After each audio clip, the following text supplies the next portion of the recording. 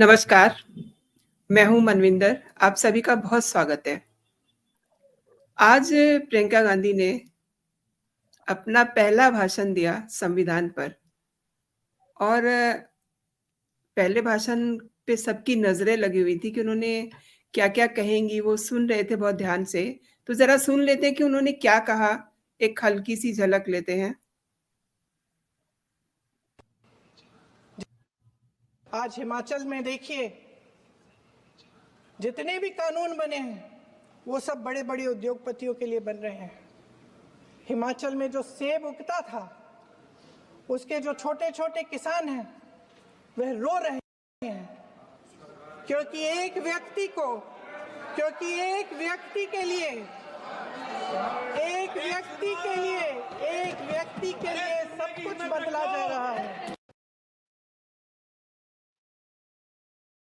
श्रीकांत जी नमस्कार। आपने सुना कि प्रियंका जी क्या बोल रही हैं और किसकी सरकार को कोस रही हैं? देखिए, एक उद्धव ठाकरे हैं। उद्धव ठाकरे के एक स्पोक पर्सन है, उनके चाणक्य माने जाते हैं। उन्होंने उद्धव ठाकरे का हारमोनियम बजा दिया है। उनका नाम है संजय राउत।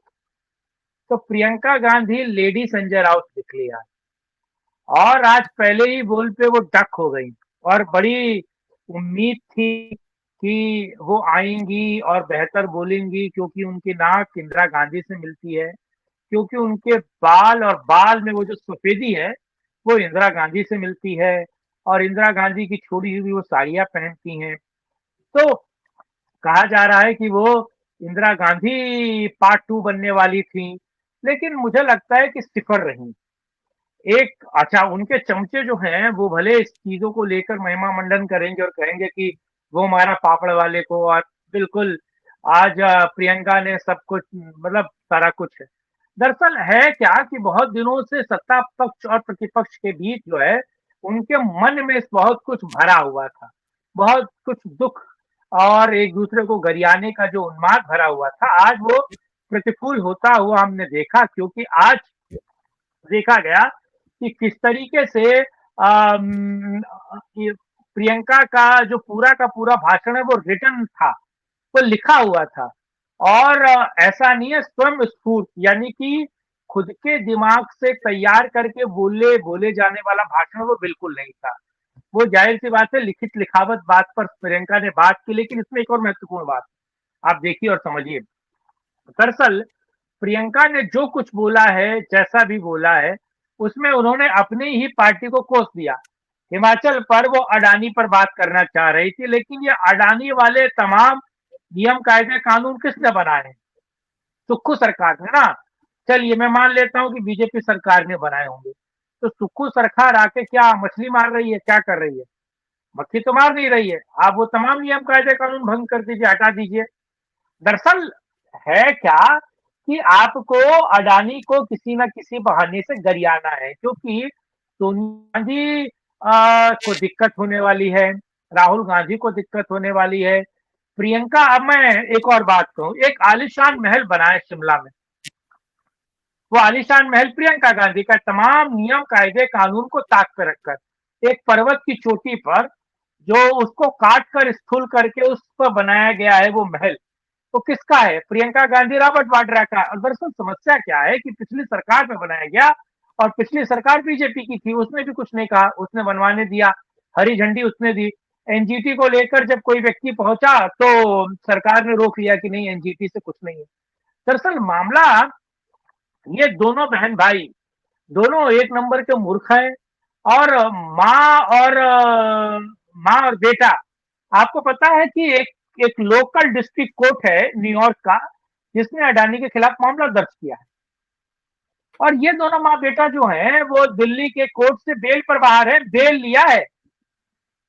बेल यानी कि मामला प्रथम दृष्टया वो साबित हुआ था, मामले को खारिज नहीं किया गया। मामले में जरूरत कुछ ऐसी चीजें होंगी जो स्पष्ट है, सही है, या प्रथम दृष्टा जिसमें ये दोनों अभियुक्त निकलते हैं, मैं नेशनल हेराल्ड की बात कर रहा हूँ, उसमें भी ये दोनों सीधे तौर पर जेल जाने वाले हैं। और इन्होंने, मुझे लगता है कि कोर्ट ने उनको बेल दिया और ये गरियाते हैं अमेरिका के न्यूयॉर्क में अडानी पर मामला दर्ज हुआ। दरअसल कांग्रेस डीप स्टेट का हिस्सा है।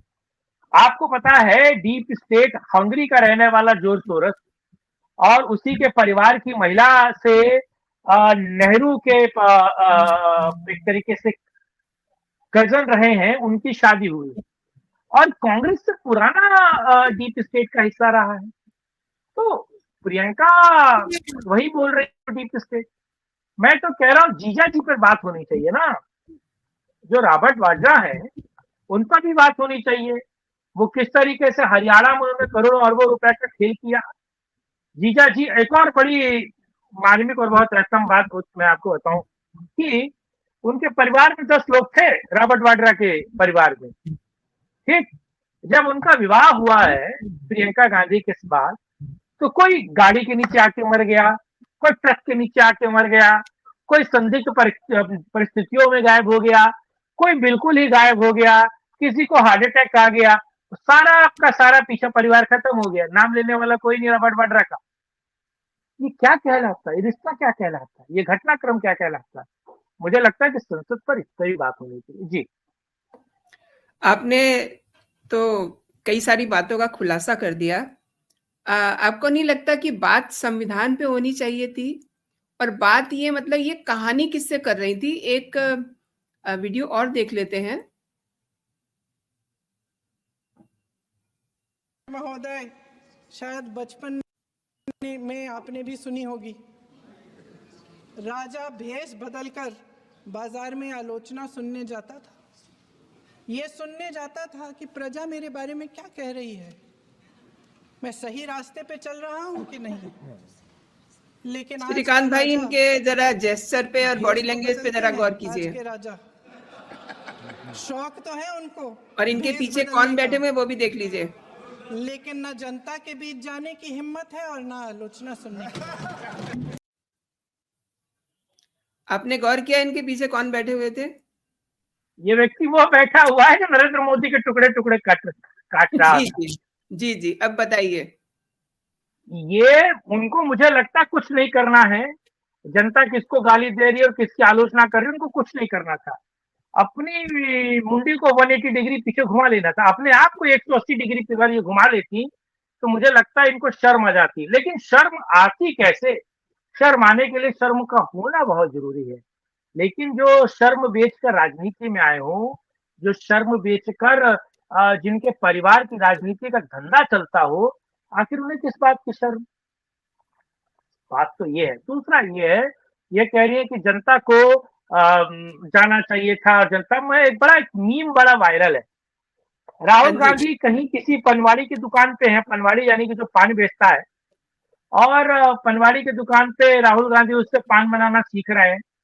तो वो कह रहा है कि आपकी दादी इंदिरा गांधी ने मुझे कहा था कि साहब मैं तुम आओ चुनाव लड़ लो, ठीक है। तो उस पनवाड़ी ने बातों बातों में कहा कि साहब मैं राजनीति में चूना नहीं लगा सकता, मैं केवल पान पे ही चूना लगा सकता हूँ। अभी सोचिए उसने राहुल गांधी के मुंह पे कौन सी बात कही और राहुल गांधी उसको समझ भी नहीं पाया। राहुल गांधी दरअसल है क्या?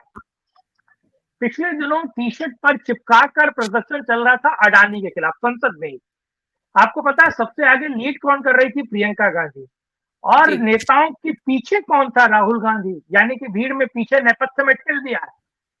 तो बड़ी दिक्कत अब राहुल गैंग और प्रियंका गैंग के बीच है, क्योंकि दोनों के पास जेएनयू के दो अध्यक्ष हैं। आप समझिए, प्रियंका का जो प्रियंका गैंग है और राहुल का जो राहुल गैंग है, उसे उस इंटेलेक्चुअल प्रॉपर्टी को या उस गैंग को चलाने के लिए उन्होंने आउटसोर्स किया है। और आउटसोर्स किसको किया है? जेएनयू के पूर्व अध्यक्षों को। ठीक, अब ये जेएनयू के जो पूर्व अध्यक्ष हैं, ये दरअसल एक दूसरे में आपस में इनकी बनती नहीं है। अगर इनकी आपस में बनती तो मैं सीधा सवाल उठाता हूं, आपको पता है लड़की हूं लड़ सकती हूं जब पोस्टर लगे थे उत्तर प्रदेश के, पश्चिमी उत्तर प्रदेश में, वहां राहुल गांधी का पोस्टर नजारत था। राहुल गांधी का नाम नहीं लेने वाला था, राहुल गांधी वहां पहुंचे नहीं। और राहुल गांधी के नाम पर प्रियंका खुश नहीं है, पार्टी के शीर्ष नेता खुश नहीं है। राहुल गांधी के नाम पर अगर देखा जाए तो ममता खुश नहीं है, लालू खुश नहीं है, अखिलेश खुश नहीं है, शरद खुश नहीं, शरद पवार, उद्धव, तो राहुल गांधी आखिर है क्या? और उनसे कौन खुश होगा? या कौन चाहता है कि राहुल गांधी जो है वो इंडी गठबंधन का नेतृत्व संभाले? राहुल गांधी, आपको पता है राहुल गांधी को मैं जब पत्रकारिता में नहीं था और मैं अध्ययन अध्यापन में था, पढ़ रहा था, तो मैंने इंडिया टुडे एक मैगजीन आती थी, तो स्कूल में, कॉलेज में मैंने वो मैगजीन देखी। उसमें लिखा था कि न्यू पॉलिटिकल क्या कहते हैं उसको, युवराज ऑफ इंडियन पॉलिटिक्स। जी। और आज मोदी जी 2024 है। मोदी जी सही कहते हैं, युवराज हैं ये। हाँ, तो न्यू इंडियन पॉलिटिक्स का जो युवराज था वो भट्टा परसौल। आपको पता है भट्टा परसौल कब हुआ था? कितना समय हो गया भट्टा परसौल वाले केस को हुए हुए? जी। और आज 2024 है, ये व्यक्ति पनपा नहीं है। 89 इलेक्शन इसके सरपरस्ती में कांग्रेस हारी है। आखिर मजबूर होके झक मार के सोनिया गांधी को अपनी बेटी को चुनाव मैदान में उतारना पड़ा, संसद में पहुंचाना पड़ा। 20 सालों से वो प्रियंका को रोक रही थी, प्रियंका की एंट्री रोक रही थी, प्रियंका के कार्यभार रोक रही थी, एक्टिव पॉलिटिक्स में प्रियंका को नहीं आने दे रहे थे। लेकिन जब उन्होंने 2024 के चुनाव में देख लिया कि 3 चुनाव और 89 विधानसभा चुनाव हारने के बाद फिर राहुल गांधी की गति नहीं है, कुछ नहीं हो सकता, इसके बस का कुछ नहीं है, पप्पू के बस का कुछ नहीं, तो फिर जाहिर सी बात उन्होंने उतारा प्रियंका को। प्रियंका ने, मुझे लगता है, बहुत खेल बनाया था कांग्रेस का, लेकिन प्रियंका भी शून्य पे आउट हो जाती है। प्रियंका भी ढाक के 3 पात, वो संजय राउत है, लिखा लिखा है पढ़ रही, और जहां वो अपने दिमाग से बोलने की कोशिश कर रही थी, फंबल मार दे रही थी। मुझे लगता है कि दिल्ली विश्वविद्यालय के ग्रेजुएशन में पढ़ने वाला जो बच्चा है, लड़का लड़की जो है, पॉलिटिकल ऑनर्स करने वाला या फिर इतिहास का विद्यार्थी या लिटरेचर पढ़ने वाला, इससे अच्छी स्पीच दे सकता है, बेहतर बोल सकता है। अब इससे पहले आपको पता है राजनाथ सिंह का स्पीच देखिए, एक घंटे का स्पीच था राजनाथ सिंह का। मार्वलस। राजनाथ सिंह की स्पीच कितनी अच्छी थी, चीजों को कोट कर रहे हैं। संसद देखिए, हाथ में डायरी लेकर चलने वाले और जेब में संविधान को लेकर चलने वाले, तो कितनी बेहतर तरीके। इसमें कोई दो राय नहीं है कि राजनाथ सिंह की एज है, उनको पॉलिटिक्स का ज्ञान है, अच्छे नेता हैं, सीएम रह चुके हैं, मंत्री रह चुके हैं, गृह मंत्री रह चुके हैं, उसमें कोई दो राय नहीं। लेकिन कन्विंस भी तो होना चाहिए। आप जो बोल रहे हैं उस पर अगर आपको भरोसा नहीं है तो आपकी स्पीच में पावर नहीं आएगी। झूठ बोलने के लिए आप सोचिए, अगर आपकी अंतरात्मा आपको गवाही नहीं देगी तो कैसे होगा? तो जाहिर सी बात है, प्रियंका की स्पीच ये बता रही थी कि साहब ये इनसे ना हो पाएगा, इनके बस की नहीं है, जी। राहुल के भी बस की नहीं है, तो क्या तीसरे को लाना पड़ेगा, किसी तीसरे को? क्योंकि आज तो ये डक हो गई, जैसे क्रिकेट में होता था ना, पहली गेंद पे आउट, 0 पे आउट, तो आज ये 0 पे आउट हो गई। मुझे तो ये पहला ही परफॉर्मेंस जो है, आप ये कहना चाह रहे हैं कि फ्लॉप हो गया इनका पहला ही भाषण। फ्लॉप, पहली फिल्म पिट और गई। कांग्रेस के जो ट्विटर हैंडल पे उन्होंने बताया है, जरा उस पर भी नजर मार लेते हैं। ये देखिए क्या कह रहे हैं, ये देश कायरों के हाथ में ज्यादा देर तक कभी नहीं रहा और ये देश उठेगा, लड़ेगा और सत्य मांगेगा, सत्यमेव जयते। ये क्या संदेश देना चाह रही है, क्या कहना चाह रहे हैं ये क्या, पर कहना क्या मतलब, मुझे लगता है इसका ट्विटर हैंडल में कोई 12वीं पास बच्चा चला रहा है। बिल्कुल बिल्कुल। तारतम्यता नहीं, सेंटेंस फॉर्मेशन ठीक नहीं है और सही तरीके से लिखा भी नहीं है। हाँ, सत्यमेव जैसे कॉपी पेस्ट करके गूगल से उठा के डाल दिए। देखिए एक बार फिर से दिखा देती हूँ दर्शकों को, देखिए। नहीं, एक मुझे एक आपके दर्शक ही समझे, ये देश कायरों के हाथ में, इसको लगाइए अगर आपके दर्शक भी समझे, वो भी थोड़ा रिदम मुझसे बेहतर समझते होंगे। जी। ये देश कायरों के हाथ में ज्यादा देर तक कभी नहीं रहा है। ये सेंटेंस खराब है अगर सेंटेंस का फॉर्मेशन देखें। दूसरा है, यह देश उठेगा, यानी कि देश गिरा हुआ है। हाँ। वो अपने पैरों पर खड़ा नहीं हो सकता। यह जो देश है वो निरीह है, अपंग है, विकलांग है। लड़ेगा, किससे लड़ेगा? सवाल ये है, देश क्यों लड़ेगा?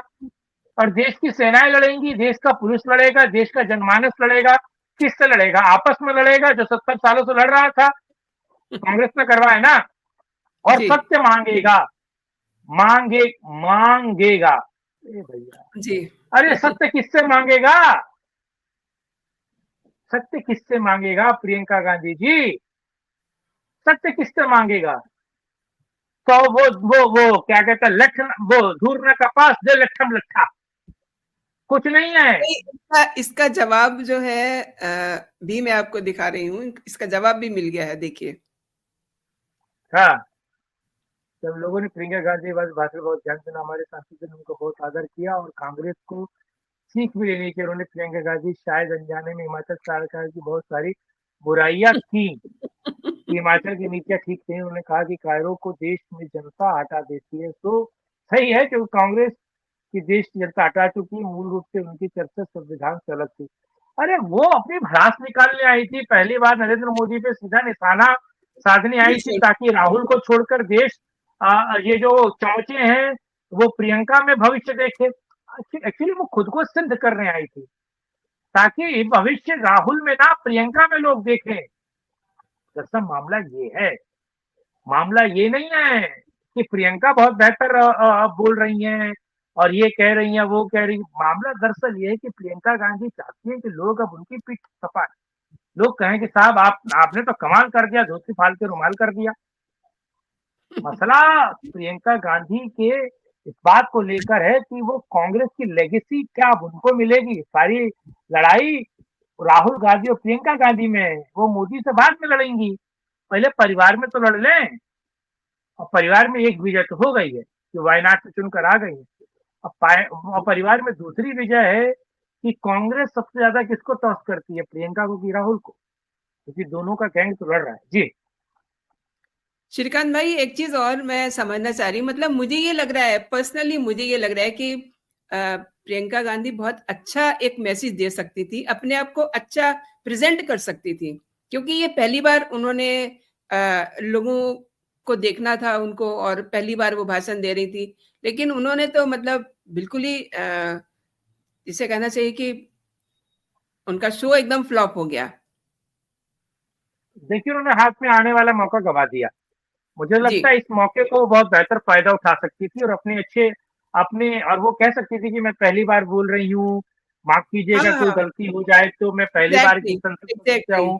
ऐसी चीजें करके उठती तो मुझे लगता है कि देश का अप्रोच भी जाता, देश उसे सुनता भी, और देश जी, कहता ठीक है चलो एक बार बोलने की कोशिश कर रही है, पहली बार की सांसद है, कुछ अच्छी बातें कुछ गलत बातें, कुछ सरकार की खिंचाई भी करती, लेकिन कुछ पॉजिटिव बात तो करती वो। लेकिन पहली बार ही आपने सबसे ज्यादा नकारात्मक बातें की, सबसे ज्यादा गलतियां निकाली, खामी निकाली। इसका सीधा सा मतलब है कि आप ये सोच कर आई थी, 15 दिनों से तैयार कर रही थी कि भाई मुझे जाकर वहां पर सब गुड़ गोबर करना है। तो ये सब गुड़ गोबर का ही नतीजा है जी। नहीं मतलब इनका जो कंटेंट राइटर है, मुझे लग रहा है कि वो भी कुछ राहुल टाइप ही होगा, तो इज़न्ट इट? लिखा तो उसी से चाहता है ना, हुँ, हुँ। ये सब जयराम रमेश लिखते हैं, ये सारा जयराम रमेश लिखते हैं। तो जी, जयराम जी। रमेश जब लिखेंगे वो अंट का संट ही लिखेंगे, वो उनसे कुछ उम्मीद मत करिए कि जयराम रमेश जो है वो कम्युनिस्ट आदमी है, जी। सूडो कम्युनिस्ट है वो। तो सूडो कम्युनिस्ट ऐसे ही लिखता है, जयराम रमेश की लिखावट है सब जी। अच्छा, थोड़ा-सा अखिलेश जी को भी टच कर लेते हैं। अखिलेश जी क्या कह रहे हैं देखिए, उन्होंने तो हद ही कर दी। वो कह रहे हैं कि देश ने देखा कि अतीक को कैसे मार दिया। ये सब बातें करने आए थे क्या ये लोग? ये मतलब आई मीन ये संविधान पे बात कर रहे हैं या कि ये इस तरीके की बातें कर रहे थे? मतलब कह तो रहा हूँ वो अपनी भड़ास अ निकाल रहे हैं। कहावत है ना, वो गाँव का पूरा आवा ही खराब है, तो इट्स लाइक दैट ओनली। क्या कहते हैं श्रीकांत भाई? खा खाना खराब है इनका। और दिक्कत ये है कि ये अपनी भड़ास निकालने आ रहे थे ना। 24 के चुनाव जून के बाद इनकी भड़ास कहाँ निकली है मुझे बताइए। इनकी भड़ास निकली कहीं ढंग से नहीं निकली ना, तो अपनी भड़ास निकालने आए। जो मोदी पीट रहा है, योगी पीट रहा है, और योगी तबियत से पीट रहा है। मैं आपको सीधी बात कहूं, जी, जी।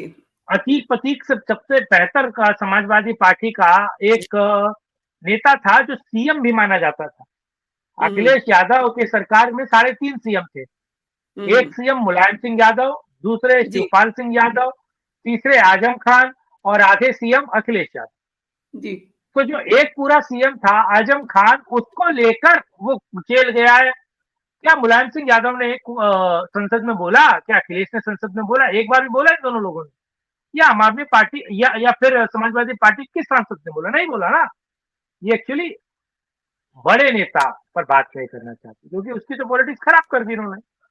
ये अतीक पर बात करेंगे ताकि सेंटिमेंट को बनाया जा सके, ताकि इस सेंटिमेंट को बना के अतीक के नाम पर ये कहा जाए योगी पर निशाना साधा जा सके।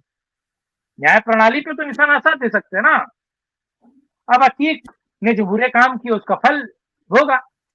कर्म प्रधान, ये देश तो कर्म जी, से चलता है ना। आपका गलत करना है तो जी। गलत चीजें मिलेंगी। तो मुझे लगता है अखिलेश ने वही किया। जी। नहीं, अखिलेश भी एंड प्रियंका भी, इन्होंने अपने मुस्लिम वोटर्स को साधा। ये जो जी, आप कहानी सही कह रहे हैं। कहानी वो जो कह रही हैं, उसका पीछे जो मकसद दिखाई दे रहा है, और पीछे मकसद नहीं, जो पीछे बैठे हुए हैं वो भी, हाँ, जो उनके पीछे बैठे हुए थे वो भी। आज इन लोगों का वक्तव्य वही था। वो एक्चुअली थैंक्स गिविंग था। जो इनके वोटर्स थे उनको थैंक्स गिविंग और उनको खुश करना था कि देखो साहब हम आपकी बात उठा रहे हैं, और कुछ नहीं था। बाकी का सारा आज नीरस था। कल देखते हैं कल क्या निकलता है। जी। लेकिन इन्होंने मतलब जिस तरीके से ये संसद का समय नष्ट कर रहे हैं, मतलब इतने दिन से तो कार्रवाई नहीं चलने दे रहे थे, आज मौका मिला तो आज जो है ये इस तरीके की बातें करते रहे। कुमार जी, आपने मेरे लिए बहुत सारा समय निकाला, एंड मुझे लग रहा है कि आज आपको कहीं जाना भी है, और जी, जी। ऐसे में आपने मेरे लिए समय निकाला। आपका बहुत-बहुत धन्यवाद, और आपने मेरे दर्शकों को जानकारी दी। Again thanks a lot. जय हिंद, जय भारत। जय हिंद, जय भारत, वंदे मातरम, नमस्कार। जय श्री राम। जय श्री राम।